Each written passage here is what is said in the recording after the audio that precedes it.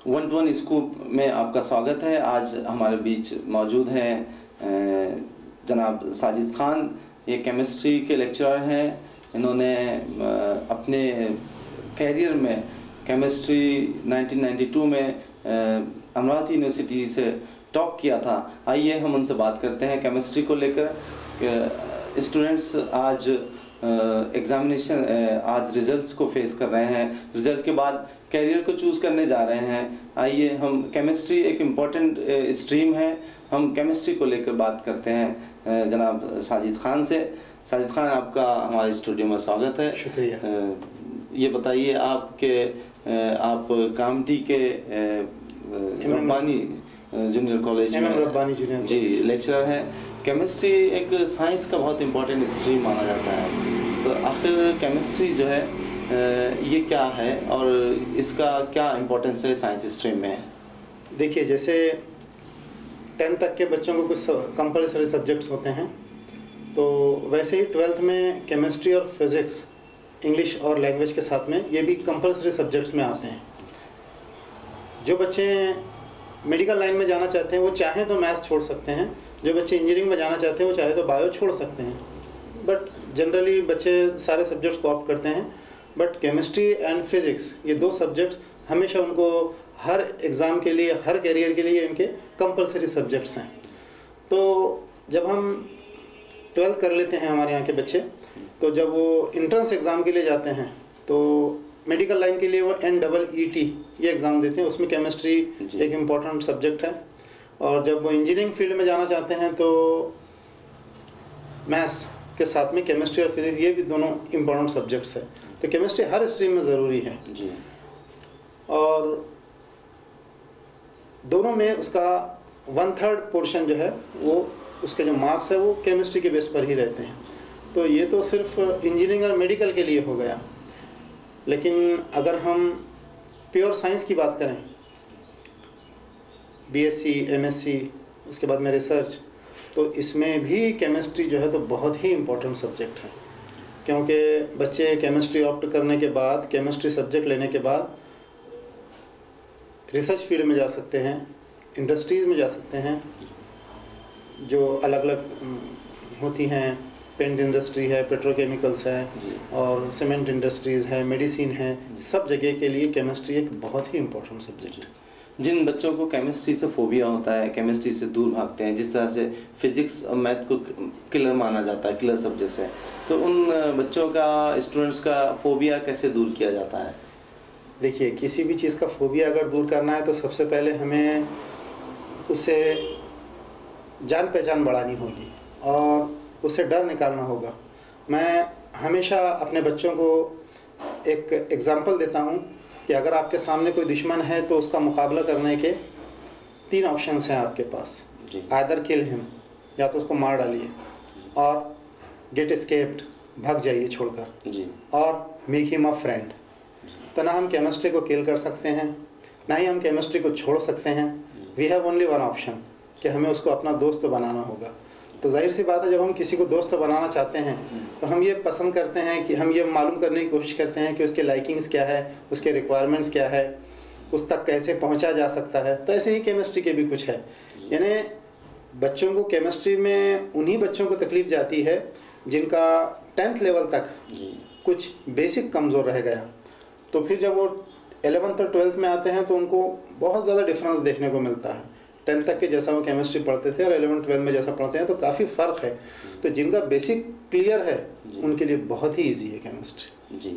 ये इसमें जो सिलेबस चेंज हुआ है महाराष्ट्र में, जो स्टेट बोर्ड और CBSE बोर्ड की जो बात आती है, तो इसमें जो डिफ़िकल्टीज बच्चे फेस कर रहे हैं उसको कैसा दूर करते हैं आप, कैसा दूर कर रहे हैं?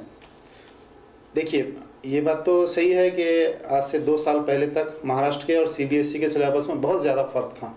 इसीलिए जब हमारे यहाँ के बच्चे नेशनल लेवल का एग्ज़ाम दिया करते थे, चाहे कोई से भी एग्ज़ाम हो, पहले IIT हुआ करते थे और जो जितने ऑल इंडिया PMT एग्ज़ाम होते थे उसमें महाराष्ट्र के बच्चे पिछड़ जाते थे क्योंकि सिलेबस में काफ़ी फ़र्क था। अभी ये फ़र्क नियर अबाउट मिटा दिया गया है। CBSE का सिलेबस और महाराष्ट्र का सिलेबस एक जैसा है, और अगर ये कहेंगे तो कोई मुबालगा नहीं होगा कि CBSE से भी थोड़ा सा बढ़कर केमिस्ट्री का सिलेबस अभी आ गया है। तो थोड़ी बच्चों पर बर्डन बढ़ा है, लेकिन ये इम्पॉसिबल नहीं है। देखने में एक बात आ रही है कि जो रूरल एरियाज़ में जो स्टूडेंट्स हैं उनको कुछ डिफ़िकल्टीज़ हैं ये नया सिलेबस आने से, और अर्बन एरियाज़ में जो बहुत सारी अवेलेबिलिटीज़ हैं, गार्जियन भी बहुत अलर्ट हैं, बच्चे भी एक्टिव हैं, कुछ यहाँ वहाँ से क्लासेस कर लेते हैं, स्कूल में भी कुछ अच्छा होता है, उनको नेट की भी ज़्यादा इंफॉर्मेशन वगैरह वगैरह। तो अर्बन एरियाज़ के बच्चों को उतना ज़्यादा नुकसान नहीं हुआ है जितना मेरे ख्याल में रूरल एरियाज़ के बच्चों को नुकसान हुआ है। लेकिन ये नुकसान को हम ऐसे निगेटिविटी में नहीं लेंगे। हम देखते हैं कि हमारे मुल्क में भी कई लोगों ने जो बहुत अच्छी कामयाबी साबित किया है तो रूरल एरियाज़ के हैं जी। उसमें भी जो बच्चे पढ़ना चाहते हैं उनके लिए बहुत सारे चांसेस हैं। थोड़ी एक डिफ़िकल्टी है कि कभी कभी स्कूल का लेवल कुछ कमज़ोर होता है रूरल एरियाज़ में, ख़ासतौर से Marathi medium, Urdu medium, Hindi medium.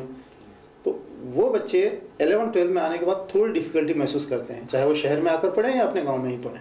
जी। Physical chemistry, organic, inorganic chemistry, अलग अलग स्ट्रीम्स फील्ड है इसकी, तो इसमें बच्चों के लिए आसान कौन सा पड़ता है? बच्चों का झुकाव इन केमिस्ट्री के इन ब्रांचेस में किस तरफ ज़्यादा होता है? देखिए, जिन बच्चों को मैथ्स से ज़्यादा इंटरेस्ट है और जिनका मैथ्स का वाला साइड स्ट्रांग है उनको फिजिकल केमिस्ट्री बहुत ही इजी जाता है, क्योंकि उसमें डेरिवेशंस होते हैं, न्यूमेरिकल्स होते हैं, तो उनको फिजिकल केमिस्ट्री इजी जाता है। और जिनका बायोलॉजी वाला साइड स्ट्रांग है उनको ऑर्गेनिक केमिस्ट्री इजी जाता है, क्योंकि उसमें सिर्फ रिएक्शंस होती हैं, कार्बन से रिलेटेड सारी इन्फॉर्मेशन होती है, कार्बन के कंपाउंड्स, कार्बन के रिएक्शंस, उनके कंपाउंड्स की प्रिपरेशन, प्रॉपर्टीज एक्सेट्रा। तो वो ऑर्गेनिक केमिस्ट्री उनको इजी जाता है। और इनऑर्गेनिक केमिस्ट्री ऐसा है जो समझ लो कि अदर देन कार्बन सारे एलिमेंट्स की जो केमिस्ट्री है उसको हम इनऑर्गेनिक केमिस्ट्री बोलते हैं। तो वो जनरली दोनों टाइप के बच्चे आराम से कर लेते हैं। जी। साइंस स्ट्रीम के साथ साथ मेडिकल फील्ड, इंजीनियरिंग के अलावा और केमिस्ट्री के जैसे और क्या क्या आगे कैरियर बना सकते हैं, आप हमारे दर्शकों को बताएं कि किस किस में केमिस्ट्री में कैरियर बनता है? जैसे कि मैंने इससे पहले भी बताया कि आफ्टर 12th जब आप साइंस स्ट्रीम को ऑप्ट करते हैं तो बच्चों को, मुझे लगता है कि बहुत सारे बच्चों को ये बात पता होगी कि APJ अब्दुल कलाम ने इंस्पायर नाम की एक स्कीम शुरू की है। उस इंस्पायर नाम की स्कीम में ये एक फैसिलिटी है कि जो हर स्टेट से, हर बोर्ड से जो बच्चे रिज़ल्ट जो क्वालिफाई होते हैं उन क्वालिफाइंग स्टूडेंट्स में से टॉप 1% को प्लेन साइंस लेने के लिए 80,000 रुपीज़ पर ईयर ऐसी स्कॉलरशिप दी जाती है। और ये स्कॉलरशिप चलती है 5 साल तक।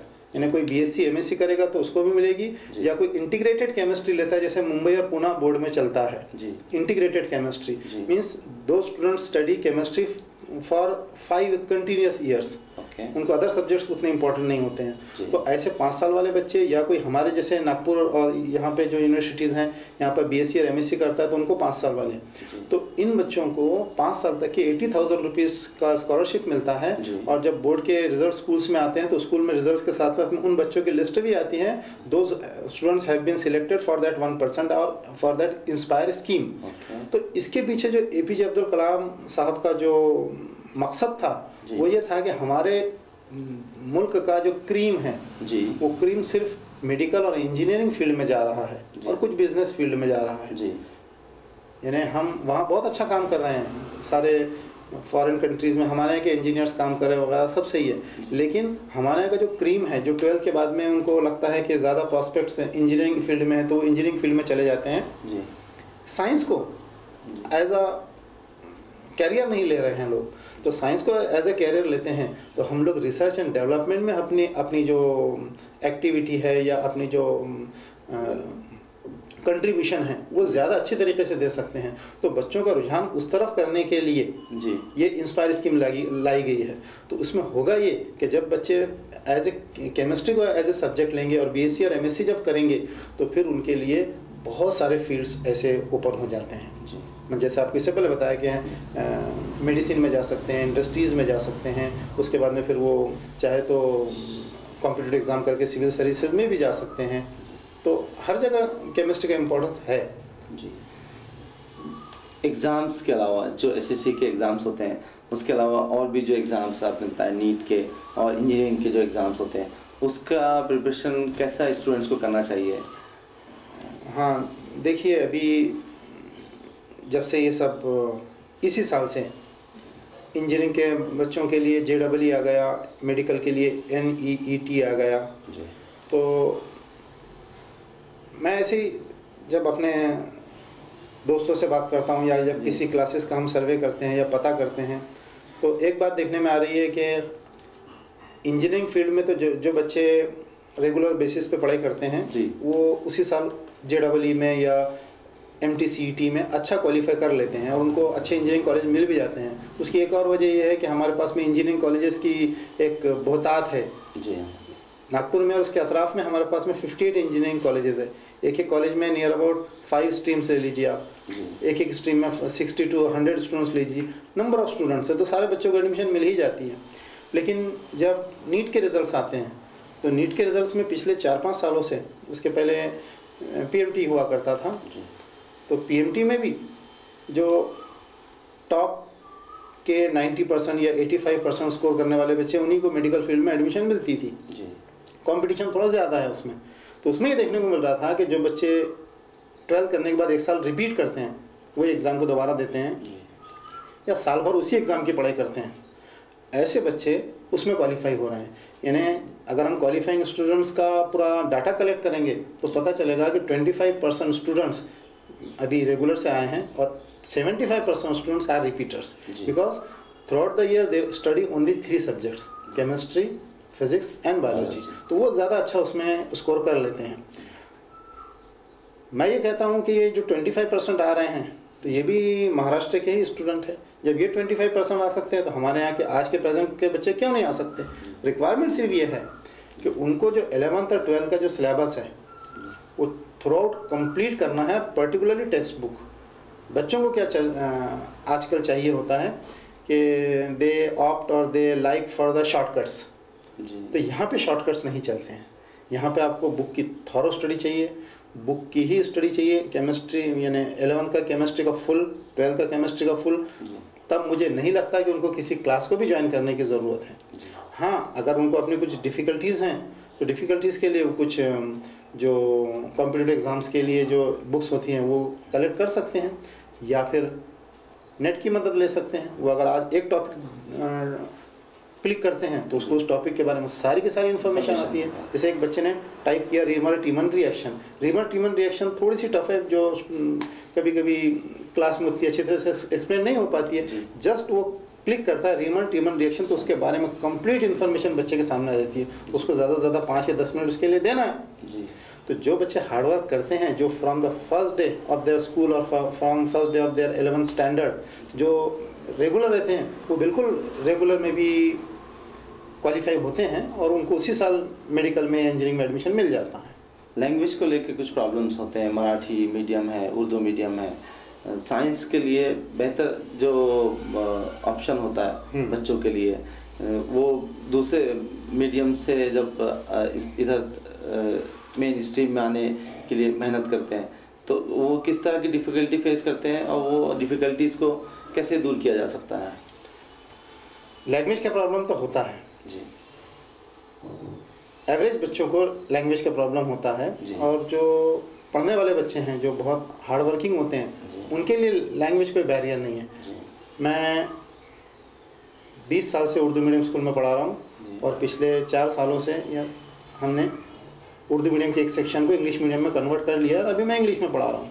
तो उन 17 सालों में या 16 सालों में मैंने देखा है कि उर्दू मीडियम के स्टूडेंट्स VNIT में एडमिशन लिए हैं, MBBS कई हो चुके हैं, लेकिन उनको वो प्रॉब्लम नहीं है जो पढ़ने वाले हैं स्टूडेंट्स। आप खुद भी टॉपर हैं उर्दू मीडियम से? मैं भी उर्दू मीडियम से पढ़ा, 10th तक के उर्दू था जी। और लोगों ने मुझे सजेस्ट किया कि आप 11th-12th इंग्लिश से करिए, तो मैंने इंग्लिश से कर लिया था। लेकिन जब मैंने कामठी का एटमॉस्फेयर देखा तो मुझे ऐसा लगा कि 12th वाले बच्चे जो उर्दू मीडियम में पढ़ रहे हैं वो भी कहीं पीछे नहीं है। बस बात यही है कि जो अच्छे बच्चे होते हैं, यानी जिनका बुक के अलावा भी कुछ स्टडी होती है। जैसे 98 से हम लोग, मैं खुद अपनी केमिस्ट्री की बुक निकाल रहा हूँ जो पूरे महाराष्ट्र में चलती है। तो मैं बच्चों को कहता हूँ कि ये जो 12th की जो उर्दू मीडियम की बुक है जो मैंने निकाला है, या मेरे एक दो साथी और साथ में हैं, ये सिर्फ आपको HSC में अच्छा स्कोर करवा के दे सकती है। It is sufficient for that, but if you want to study and if you want to make your career in engineering and medical field, or you have to study some higher chemistry, then you must study some English medium books also। यानी वो English medium books जो हैं उनको support करेगी, उनको आगे ले जाएगी। तो साइंस के जो टर्म्स हैं वो तो हमेशा इंग्लिश में ही होते हैं। अगर कोई उर्दू मीडियम का, चाहे बायोलॉजी का बुक हो या केमिस्ट्री का हो या फिजिक्स का हो, अगर एक उर्दू का टॉपिक है तो साथ में इंग्लिश का सब टॉपिक रहता ही है। तो हम ग्लोसरी पहले याद करा लेते हैं। 8, 9, 10 जो उर्दू मीडियम के स्टूडेंट्स हैं, ये मराठी हिंदी मीडियम वालों बच्चों के लिए भी फिट होती है। हर बुक के पीछे लास्ट में इंग्लिश के और उनके मदर टंग के लैंग्वेज के सारे डिक्शनरी जैसे एक रहती है, वो सारे याद कर लें, फिर उनको कभी कोई डिफ़िकल्टी नहीं जाएगी। यानी उन्होंने अगर कोई क्लास ज्वाइन नहीं भी किया तब भी वो इन कॉम्पिटिटिव एग्ज़ाम में क्लियर कर सकते हैं। और जहाँ तक जब बच्चे किसी हायर स्टडीज़ में जाते हैं तो वहाँ तो कोई लैंग्वेज का प्रॉब्लम नहीं है, लेकिन किन के लिए, जो पढ़ना चाहते हैं, जो थोड़ा एवरेज स्टूडेंट, उनको लैंग्वेज का प्रॉब्लम होता है। और एवरेज प्रॉब्लम तो ये एवरेज स्टूडेंट्स के लिए तो जब वो इंग्लिश मीडियम से भी आ रहे हैं, चाहे वो कॉन्वेंट से आ रहे हो या कहीं से भी आ रहे हो, तो एवरेज स्टूडेंट्स के लिए तो प्रॉब्लम सभी जगह रहती है।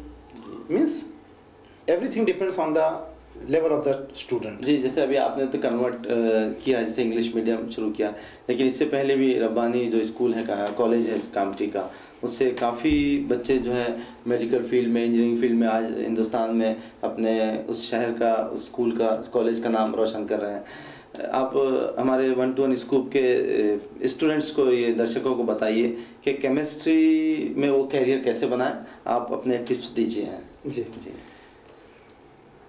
देखिए इस साल का एक एक्सपीरियंस देखे, फिर मैं बाद में आपको जो सर ने कहा वो बात बताता हूँ कि लास्ट ईयर हमारे यहाँ से जो 86% रिज़ल्ट आया था 12th का, उसमें इंग्लिश मीडियम का एक सेक्शन है और उर्दू मीडियम के 3 सेक्शन हैं। तो इंग्लिश मीडियम के एक स्टूडेंट ने टॉप किया था और सेकंड टॉपर था उर्दू मीडियम का एक स्टूडेंट। तब भी वहाँ पर भी इंग्लिश मीडियम वाले ने ही टॉप किया था। तो जो टॉप किया था उसने तो वो इंस्पायर स्कीम के तहत BSc में एडमिशन ले लिया और वो अभी BSc ही कर रहा है। लेकिन जो सेकंड स्टूडेंट था जो उर्दू मीडियम से पढ़ा था, उसने सिर्फ 1 साल पढ़ाई किया और 1 साल पढ़ाई करके इस साल वो नीट में क्वालिफाई हो चुका है। मुजम्मिल नाम का वो क्वालिफाई हो चुका है। जब उर्दू मीडियम का स्टूडेंट भी नीट को क्वालिफाई कर रहा है, मैंने नेशनल लेवल के एग्ज़ाम को क्वालिफाई कर रहा है, तो बस ये है कि उसको 1 साल थोड़ी मेहनत करना पड़ा। और जैसा ये हम इंग्लिश मीडियम वाले बच्चों के लिए भी ये ऑब्जर्वेशन कर रहे हैं कि 1 साल तो कम से कम उनको नीट के लिए पढ़ाई करना ही पड़ता है। अब जो बच्चों को कुछ इंस्ट्रक्शन देना है तो वो यही कि अगर आप इंग्लिश मीडियम के स्टूडेंट्स हैं तो आपके लिए तो सिर्फ एक काम रह जाता है कि आप अपने कोर्स की स्टडी 100% करें, आप उसमें से कुछ भी ना छोड़ें। जहाँ कोई डिफ़िकल्टी आती है आप अपने कंसर्निंग टीचर से बिल्कुल पोलाइटली उनसे पूछें, और सपोज़ अगर आपको वहाँ सेटिस्फैक्ट्री आंसर नहीं मिल रहा है तो उसी सब्जेक्ट के किसी दूसरे टीचर से पूछें।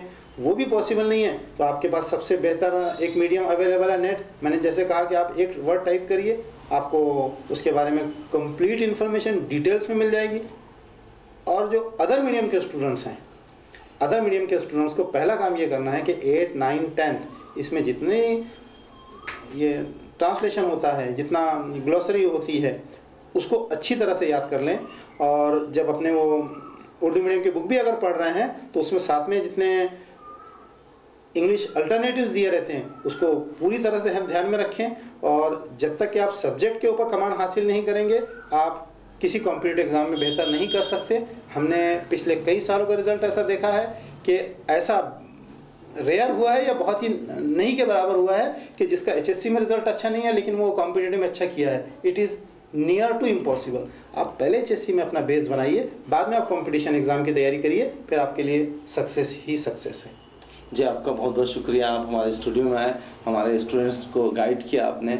1-to-1 स्कूप में आप देखते रहिए। एजुकेशन के इस कार्यक्रम में हम किसी और एक्सपर्ट के साथ फिर आपके सामने हाजिर होंगे। तब तक आप देखते रहिए 1-to-1 स्कूप।